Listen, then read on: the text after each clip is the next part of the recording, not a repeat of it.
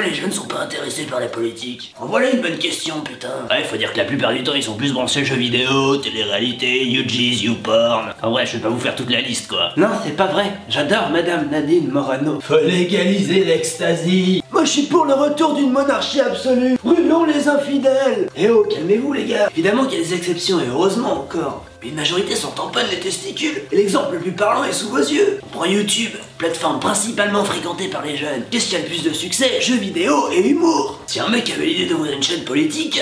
Bonjour, aujourd'hui on va parler de la crise monétaire qui a touché la Bolivie du Sud-Ouest de mars 1955 à mars 1935. Autrement appelée crise de la baleine séchée. Abonnez-vous pour plus de vidéos pas très intéressantes mais utiles. Enfin, d'un côté, il faut aucun effort non plus, quoi. Bah ouais, à part 2 ou 3 qui se prennent pas forcément au sérieux, la plupart ont quand même une sacrée grosse armée de balais dans le cul. Après, on est avec des petits humoristes se permettent de faire une blague déplacée sur l'un d'entre eux, ils le font disparaître du jour au lendemain. Encore mieux que Gérard Majax, les gars. Bon, j'avoue que c'est pas donné à tout le monde d'être politicien reconnu. Et c'est normal d'être un peu à fleur de peau. Mais est-ce une bonne raison pour agir de la sorte? Pour en revenir à nos moutons, le jeune, dès qu'il entend des mots tels que Pouvoir d'achat, bouclier fiscal.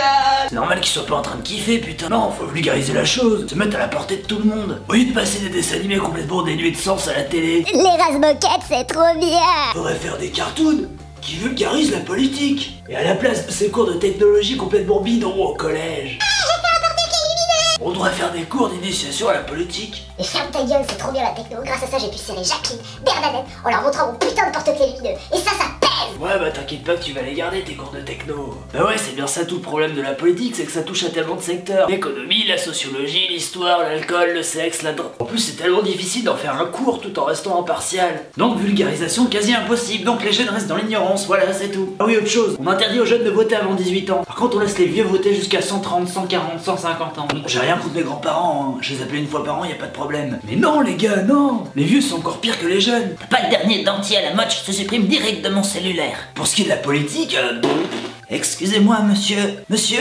Oh, Kevin, arrête de jouer avec mon déambulateur, tu m'énerves. Excusez-moi, monsieur. J'ai voté pour monsieur Philippe Pétain. Est-ce qu'il a été élu, s'il vous plaît? Bon, encore un petit exemple tout con, hein. Où est-ce que le Front National fait des scores faramineux à chaque fois? Dans les petits villages de campagne. Où est-ce qu'on trouve le plus de vieux? Dans les petits villages de campagne. Et voilà, c'est tout pour aujourd'hui. Je vais m'envoyer en l'air. Et voilà, c'est déjà la fin de cette vidéo. Je sais pas pourquoi j'ai pris cette voix grave tout du long, sachant que ça explose la gorge. Donc n'hésitez pas à donner sur les commentaires, rejoindre ma page Facebook et d'abonner à ma chaîne YouTube. Et j'ai jamais parlé aussi vite de toute ma vie, nom de Dieu. Bon, je vous laisse. J'ai un match de water polo qui m'attend. Pow!